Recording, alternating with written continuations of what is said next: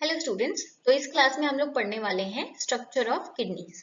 ठीक है, last class में हम लोगों ने फंक्शन देख लिया था किडनीज का, और उसके अलावा उसका लेंथ, ब्रेड्थ एंड विड्थ देख ली थी। उसके अलावा उसका वेट भी देख लिया था। ठीक है, इस क्लास में हम फंक्शन के अलावा अब स्ट्रक्चर पे बात करने वाले हैं। तो किडनीज की अगर हम बात करें तो किडनीज में जो आउटर रीजन होता है उसे हम कहते हैं कॉर्टेक्स। ठीक है, और उसके अलावा अंदर वाला एक रीजन होता है जिसका नाम है मेडुला। ठीक है, तो दो जोन्स में हमारी किडनीज डिवाइडेड होती हैं, outer cortex and inner medulla में। ठीक है, यहाँ पे आप देख पा रहे हैं, तो आउटर वाला कॉर्टेक्स ये हो गया हमारा, एंड अंदर वाला हमारा ये वाला रीजन हो गया जिसको हम मेडुला कहते हैं। ठीक है, मेडुला जो है is divided into two conical masses, in few conical masses which are called medullary pyramids. ठीक है, ये आप मासेस कॉनिकल फॉर्म में देख पा रहे हो, इनको हम कहते हैं, ये यहाँ पर भी आप देख पा रहे हो, ये सारे जो हैं ये हमारे क्या हैं, मेडुलरी पिरामिड्स। ठीक है, और एक ह्यूमन में ये 8 से 12 इन नंबर हो सकते हैं। ठीक है, एंड ये सारे जो हैं मेडुलरी पिरामिड्स जो हैं दे open into a space which is called calyx. ठीक है, इस स्पेस को हम कहते हैं कैलिक्स। ठीक है, the cortex then extends in between the medullary pyramids as renal columns which are called columns of Bertini. Basically columns of Bertini क्या है, ये जो spaces आपको दिख रहे हैं यहाँ तक ये extend हो रहे हैं, तो इनको हम renal columns या फिर column of Bertini बोलते हैं। column of Bertini भी इनको बोला जा सकता है। ठीक है, तो ये हमारा पूरा स्ट्रक्चर है किसका, एक किडनी का, ये किडनी के अंदर का जितना भी स्ट्रक्चर है वो। ठीक है, इसके अलावा अगर हम बात करें तो इन स्ट्रक्चर्स में या इस किडनी में मेडुलरी रीजन्स में हमारे पास बहुत सारे फंक्शनल और स्ट्रक्चरल यूनिट्स होती हैं जिनको हम नाम देते हैं नेफ्रॉन्स का। यहाँ पर आप क्लियर डायग्राम देख सकते हो एक किडनी के अंदर का। ठीक है, तो यहाँ पर हम अगर बाहर से बात करें तो बाहर हमारी कॉर्टेक्स होती है, this is the first part, outer cortex, and इसके अंदर हमारे पास ये मेडुलरी रीजन्स होते हैं या मेडुला होता है। इन मेडुलरी रीजन्स को हम मेडुलरी पिरामिड्स कहते हैं। ठीक है, मेडुलरी पिरामिड्स जो है वो ओपन होते हैं इनटू दीज स्पेसेस जिनको हम कहते हैं कैलिक्स। ठीक है, कैलिक्स भी हमारी दो हिस्सों में डिवाइडेड होती है, ये हमारी माइनर कैलिक्स है और ये माइनर कैलिक्स जहां पर ओपन हो रही हैं सारी मिलके, तो ये हमारी मेजर कैलिक्स हो जाती है। ठीक है, मेजर कैलिक्स जो है वो ओपन होती हैं हमारे हाइलम में। ठीक है, this is our hilum. Hilum वो रीजन है जहां पर आर्टरीज और वेन्स एंटर और लीव करती हैं। उसके अलावा हमारा जो यूरेटर है वो भी यहाँ से निकलता है। ठीक है, this is our renal pelvis, this is the blue one is renal vein and this is the artery. ठीक है, तो ये हमारा टोटल एक किडनी के अंदर का स्ट्रक्चर है। यहाँ पे रेनल कॉलम ऑफ बर्टिनी भी दिखाया हुआ है, दिस इज बर्टिनी, सॉरी। ठीक है, so these are the columns of Bertini. ठीक है, आई होप आपको ये अच्छे से क्लियर हो जाएगा। ठीक है, अगली स्लाइड में हम पढ़ने वाले हैं कि 1 million of nearly 1 million complex tubular structures जो हैं हर एक किडनी में पाए जाते हैं और उन स्ट्रक्चर्स को हम कहते हैं नेफ्रॉन्स। ठीक है, नेफ्रॉन्स जो हैं they are the functional and structural unit of kidneys.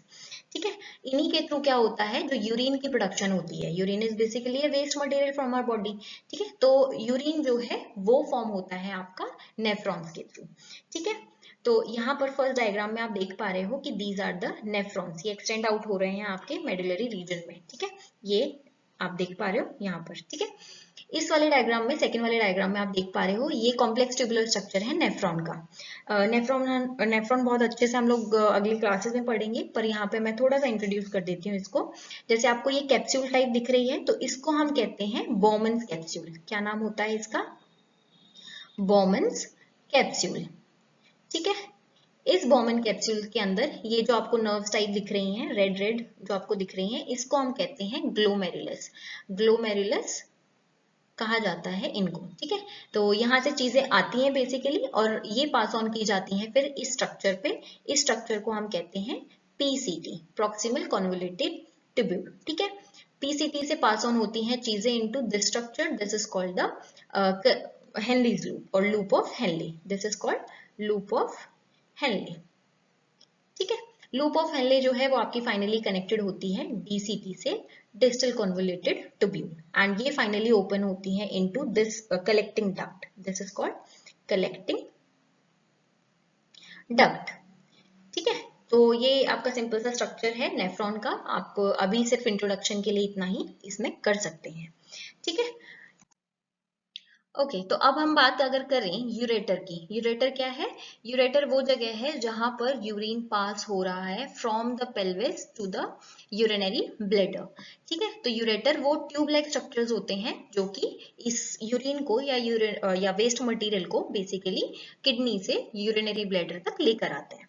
ठीक है, तो urine passes from the pelvis into the ureter. Both the ureters open through the separate oblique openings into the urinary bladder. यहाँ पे आप oblique openings को देख सकते हैं, ये ओब्लिकली है, स्ट्रेट नहीं है बट ये ओब्लिकली इस पे इंसर्टेड है।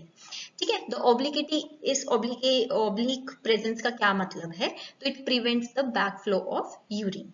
ठीक है, finally we are talking about urinary bladder. ठीक है, तो एक्सटर्नली जो ब्लैडर है it is lined by the detrusor muscles. ठीक है, तो डीट्रसर मसल्स जो हैं they are involuntary in nature, and internally the bladder is lined by the transitional epithelium or what we call urothelium. ठीक है, this epithelium has great capacity to expand, क्योंकि urine को store होना है तो it is a pouch like structure. Urinary bladder जो है वो एक ऐसा पाउच लाइक स्ट्रक्चर है जो एक्सपैंड कर सकता है ताकि क्या हो जाए, लार्ज वॉल्यूम ऑफ यूरिन उसमें स्टोर हो पाए। ठीक है, opening of urinary bladder is controlled by sphincters. Sphincters को आप डोर्स की तरह समझ सकते हो। ठीक है, ये क्या है, एक तरीके से डोर है, दरवाजे हैं, and these are made of circular muscles.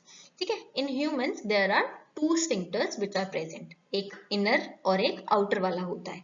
ठीक है, इनर वाले स्फिंक्टर को हम कहते हैं internal sphincter and it is made up of involuntary muscles. ठीक है, आउटर वाले को एक्सटर्नल स्फिंक्टर बोला जाता है, it is made up of voluntary muscles. ठीक है, यहाँ पे आप आराम से देख पा रहे हो कि ये हमारे यूरिनरी ब्लैडर है। यूरिनरी ब्लैडर के अंदर वाला जो टिश्यूज हैं उनको हम यूरोथीलियम कह रहे थे, बाहर वाली मसल्स को हम डीट्रसर मसल्स बोल रहे थे। ठीक है, so the urinary bladder remain contracted during micturition. These relax to release. ठीक है, micturition का time, micturition is basically the process of removal of waste. ठीक है, या release of waste.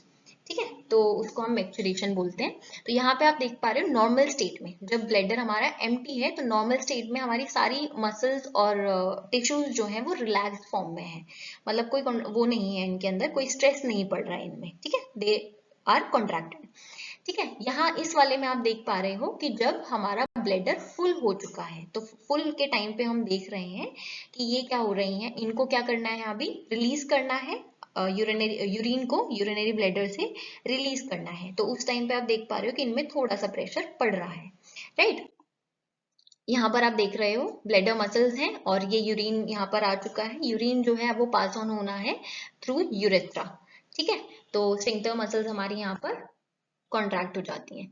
Now urethra is urinary bladder opens into a membranous duct which is called urethra. तो urethra जो है हमारा क्या है, it is the membranous duct and it leads to the end of the penis in males and into the vulva of the females. ठीक है, तो ये एंड प्रोडक्ट होता है, एंड प्रोडक्ट नहीं एंड रीजन होता है बेसिकली, जहां से हमारा वेस्ट मटेरियल एग्जिट करता है फ्रॉम द बॉडी। ठीक है, तो लास्टली अगर हम फ्लो ऑफ यूरिन की अगर बात करें तो यूरिन कैसे पास ऑन हो रहा है पूरा ह्यूमन बॉडी में। ठीक है, तो सबसे पहले आते हैं आपके नेफ्रॉन्स। नेफ्रॉन्स में उसकी कलेक्शन होती है, जो हम लोगों ने ग्लोमेरुलस वहां पे ये किया हुआ था, ये यहाँ पे आपका ग्लोमेरुलस है। ठीक है, तो ग्लोमेरुलस जो है वो क्या करता है, कलेक्ट करता है, जो भी फिल्टर आउट हमें करनी है चीजें उनको ग्लोमेरुलस कलेक्ट करेगा। ग्लोमेरुलस से होके वो सारी पीसीटी, हेनलीज लूप, डीसीटी, ठीक है, उसके बाद वो सारी फाइनली कहाँ आ जाएंगी, हमारी कलेक्टिंग डक्ट।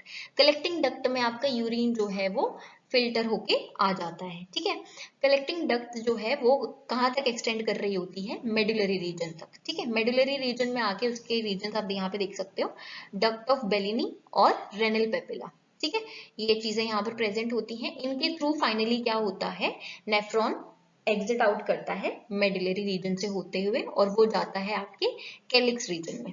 ठीक है, तो यहाँ पर एक बार इस फ्लो चार्ट को देख लेते हैं। तो flow of urine basically nephron से शुरू होता है, नेफ्रॉन से होके वो कलेक्टिंग डक्ट तक जाता है यूरिन, कलेक्टिंग डक्ट से डक्ट ऑफ बर्लिनी, वहां से पेपिला, और पेपिला से होते हुए वो फाइनली कहाँ आएगा, रेनल कैलिक्स के पास। यहाँ पे आप देख रहे हो रेनल कैलिक्स, कैलिक्स से होते हुए वो पेल्विस रीजन में, पेल्विस से होते हुए वो यूरेटर में, यूरेटर से होते हुए यूरिनरी ब्लैडर में जाके यूरेथ्रा से एग्जिट कर जाएगा फ्रॉम द बॉडी, ठीक है। तो रेनल पेल्विस, देन पेल्विस से ureter, urinary bladder and finally urethra से होते हुए बॉडी से बाहर आ जाता है, ठीक है। So this is our process या फ्लो ऑफ यूरिन, ठीक है। आज के लिए इतना ही करते हैं, इसके बाद की क्लास हम नेक्स्ट क्लास में डिस्कस करते हैं, ठीक है।